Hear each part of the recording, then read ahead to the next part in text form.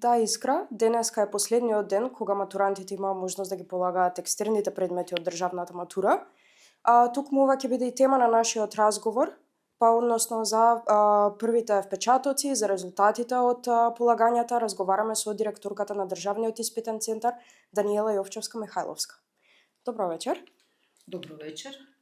Ева, кои беа првите впечатоци на Државниот испитен центар, како поминаа полагањата, дали имаше некои проблеми можеби? Денес го заокружуваме полагањето на екстерните испити во рамките на државната матура, државната стручна и државна уметничка матура.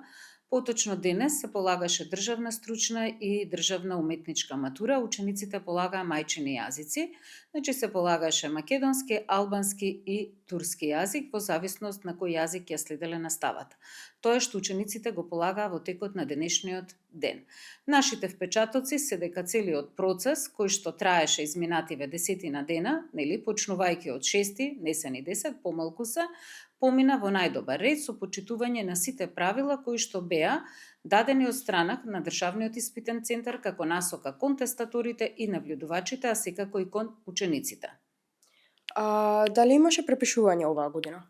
Па оваа година од првиот испит некаде имаме сознанија за 30 ученици кои што се користеле со мобилен телефон и истите тие се отстранети од испитот.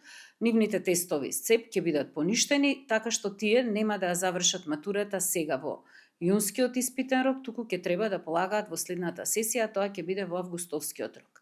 За останатите денови не можам да ви кажам, затоа што се уште имаме обработка на податоците, а од денешниот ден и се уште ги немаме сите протоколи. Кога учениците можат да ги очекуваат резултатите од матурата и дали имате можеби првични анализи за нивото на знаење оваа година? Согласно правилникот, значи првите резултати учениците треба да ги очекуваат 1 месец по завршување на последниот испит. Ако денес сме 12, значи треба да ги очекуваат на 11 јули. Ние ќе работиме и ќе се трудиме да биде тоа порано, но не ветуваме, а што се однесува до нивото на знаење, не можеме ништо да кажеме, бидејќи прво одат на оценување, кога ќе ги вратат од оценување, тогаш ќе знаеме каде сме и до каде сме, односно што постигнале нашите ученици. Државниот испитен центар после секој циклус од испитите прави извештај, кој што извештај содржи целокупната анализа на резултатите до кои што сме дошле.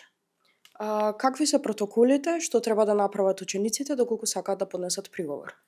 Учениците доколку сакаат да поднесат приговор, тоа треба да го направат во нивните училишта, значи на страната на Државниот испитен центар matura.gov.mk ќе има формулари во кои што ќе треба да ја поднесат пријавата по приговорот, но целата активност се одвива во нивното училиште, а потоа училиштето го внесува приговорот во базата и го носи во хартиена форма во Државниот испитен центар.